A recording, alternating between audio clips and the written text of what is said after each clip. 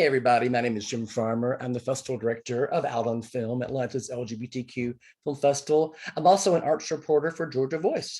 I'm very excited today to be talking to Tate Donovan of the film Wild About Harry. Thanks so much for joining us, Tate. I'm thrilled. I'm thrilled to be talking about Wild About Harry. It's been a Yay. while, and we Exactly. haven't had much chance to talk about it. So it's a great film. I'm going to read a brief description of the film, then we'll jump into some questions. Everybody in Dennis, Cape Cod thinks that Harry, played by Tate Donovan, is quite the catch. He has just moved to the seaside destination with his teenage daughters, who are determined to keep their recently widowed father away from the swarm of female suitors. One night, however, one of Harry's daughters goes to a disco in Provincetown and sees her father dancing with another man. Eventually, she discovers he is in a relationship with Mr. Gibbs, played by Adam Pascal. Tate Donovan plays Harry. Thanks again so much for joining us. Oh, I'm thrilled. I'm thrilled. Thanks for having me. So you made this film 12 years ago. Yeah, isn't that crazy? I mean, that's the beautiful thing about streaming is that things that might have been overlooked for no fault of their own Yeah, get a second chance. And yeah, when I heard that they were going to stream it again on a big platform, I was like, this is great because it's such a great movie. It's really beautiful, and it's really fun to see it so many years later and see how it's still relevant. It's still important, even exactly. though changes have happened. Obviously, Exactly. it still gets you.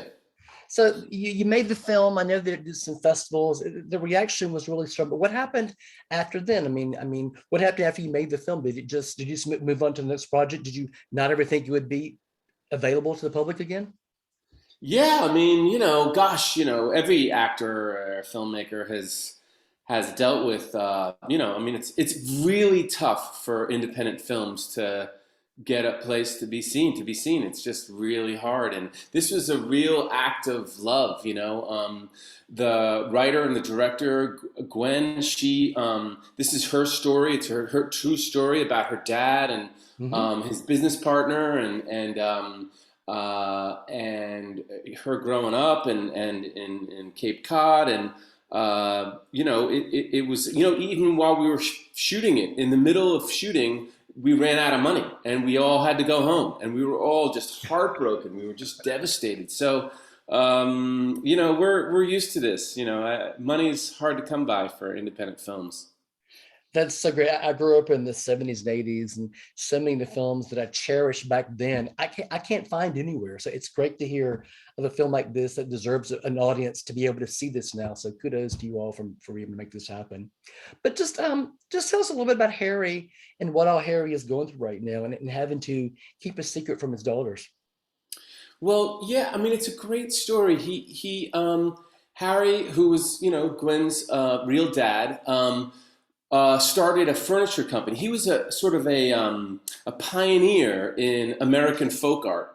Hmm. He was from England, but he came to America and went to school here. Fell in love with her mom, and her mom passed away. They had two kids, and he made furniture and he sold American folk art. It's called American Primitive, and which was very big in New England. Hmm. And he sort of reintroduced it. It wasn't very popular, but he just was obsessed with it. And in the making of it, he fell in love with um, the man who he was in business with. And it's just a beautiful story. It's not that he kept it secret. He just was like, his daughters were teenagers enough. They'd lost their mom. Do they need? And this is the '70s. Exactly. This was not cool, in society. And gay marriage was, when we filmed it, gay marriage was still illegal. It's really funny talking to interviewers, young people who like they didn't know that gay marriage was ever illegal. You know what I mean? It's like it blows your mind. You're like, wow, really? I mean, and that's fantastic. Thank God that there's a whole group of people, my son included, that can't imagine a world where you can't, marry whoever you love. It's funny because you mentioned this takes place in the 70s, which was obviously a different era. But even when you filmed this was a different era. It is. Yeah, I know. I know. It's crazy. It's Yeah. crazy.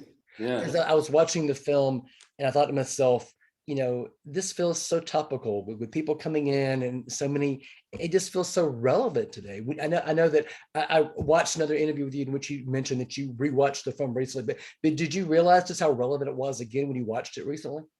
I did. I mean, I sort of like, I thought, oh, well, now that gay marriage is passed and everybody's accepting of it, um, it's not going to be as important a film. But in Mhm. fact, it still is. It's still super important.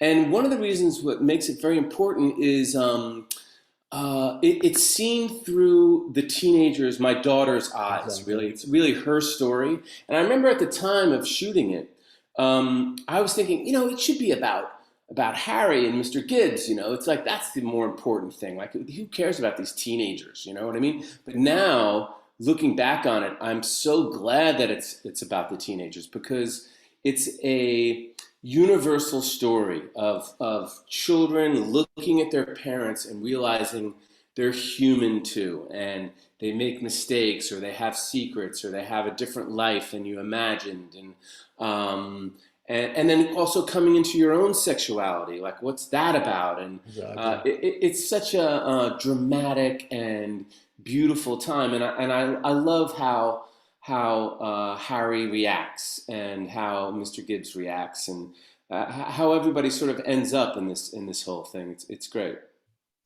This was obviously a very personal project for Gwen, but how hard was it for her to really to put this on paper and to sort of relive this? What was it? I mean, what was it like? What was it like filming this when it was so personal for her? I think it was hard for her. I think it is difficult. I mean, what I liked and respected about her was that once she sort of cast these roles, um, she was like, you do it.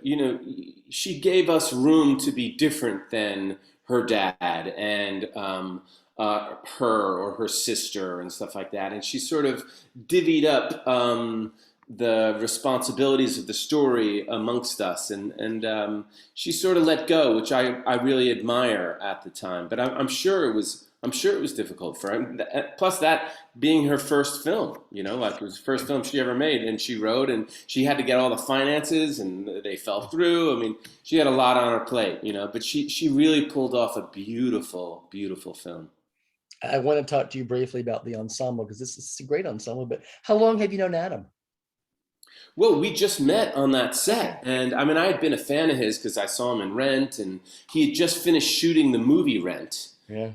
And I was really curious about that. I was so curious how, but he was a delight. I mean, that guy is so talented and such a sweetheart, and we had such a good time together. He made the whole thing very easy.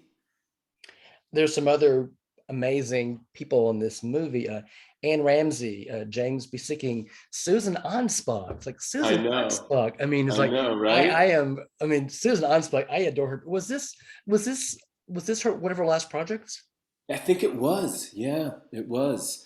Um, it was sad, but you're right. It was really, it was all a labor of love. Trust me, it was like no one was making any big bucks on this thing, and we were all living in like little tiny houses and apartments, but we were in Cape Cod, which is so beautiful, so Exactly. beautiful. But by the way, we were in Cape Cod in March, which is very different than Cape Cod in summer when most people go. I mean, we Exactly. had a couple of nor'easters come in. It was freezing. It was brutal. Yeah, it was pretty fun. You've had a remarkable career, TV, film. Are there any other projects that you might have filmed a while ago that you would love to see rediscovered or maybe put on digital that aren't available right now? Gosh, that's a good question. I mean, well, listen, there are two films that I'm in right now that I think are woefully underrepresented in popular culture, which is Respect, the story about Yes. geez, sorry, I'm blanking. Okay. It's sorry, Aretha Franklin. Aretha Franklin. Oh my God, I can't believe it. Jennifer Hudson, because I was going to say Jennifer Hudson, then I was like, it's not about her. She stars as Aretha Franklin, and she's amazing in it. Like, she should be on the top of everybody's list in terms of the Oscars because she, not only her singing, her acting as Aretha Franklin is just blows my mind. And also, there's a great film on Netflix called Worth about the 9/11 compensation fund, and it's with Michael Keaton, and that's a great film too. Yeah, more people should be talking about both those films. Dang it, I have small parts in both of them, but I was blown away by both of those films. And Rocket Man. I mean, Rocket Man was an amazing film. Yeah, Rocket Man was great. It was so much fun. Yeah, Yeah. yeah, it's great. I could ask you so many questions about projects you've done, but I just have to ask you about Damages because Damages was just such a personal favorite. Did you have any idea when you all set and do this that this would just strike a nerve the way it did? Well, I don't know if we had any idea that we just knew that it was incredibly well written. Like Yeah, every day, every time we'd get the scripts, we'd be like, "Wow, this is good." And we didn't know what was going on either. right. It's not like they were making it up as they went along. I mean, those writers and producers were incredible. Some of the best people I've ever worked with, and they would put themselves in a hole and write themselves out of it every week, and we would be like, "Oh my God, are you serious?" Like we it was really fun. And Glenn Close and Rose Byrne. I mean, Rose forget about Byrne. Rose Byrne. Those two were just amazing to work with. Yeah. I think I around the time that we started watching Damages was when people first started using the word binge, and I binge Damages is like Oh, amazing. good. Oh, good. Yeah, yeah. Because originally it was just week after week, and I think it's much easier. It's much better. It's much more fun to binge. Exactly, Yeah. exactly. So what are you working? What are some other projects you're working on? Well, I just finished a film in Hawaii, oddly enough, like another low budget film that where sort of squeaked by, and I'm trying to think. Other than that, yeah, I'm just looking for another job. If you got one, just let me know. Okay. There's a lot happening down in There Atlanta. is I know that. Atlanta's the new Hollywood, so I mean, Oh yeah, I my mean, there's God, all everything shoots. I'm supposed to go to Atlanta in March and work on a film. I'm psyched. I love Atlanta. It's a great town. it's so funny. I've been living here for a long time, and I remember 15 years ago when there was one film that was shot here, everybody was very excited. Now the Marvel movies are here, and everybody's walking around. It's just surreal. Everything, It really everything, yeah, is. and it's amazing how Atlanta is just the it place. What's your Great. project that you're working on in March? Oh well, I'm not supposed to talk about it. Okay, okay, Sorry about that. we'll Yeah. hear about it later. Hopefully you'll hear about it. Yeah. Yeah. Exactly, exactly. The film is Wild About Harry. It is available on digital and on demand. It's very, very good. The star of the film is Tate Donovan. Tate, thank you so much for talking to us today, and we wish you happy holidays. Oh yeah. Merry Christmas and thanks so much for having me. It was great. Thank you. Thank you. Ciao.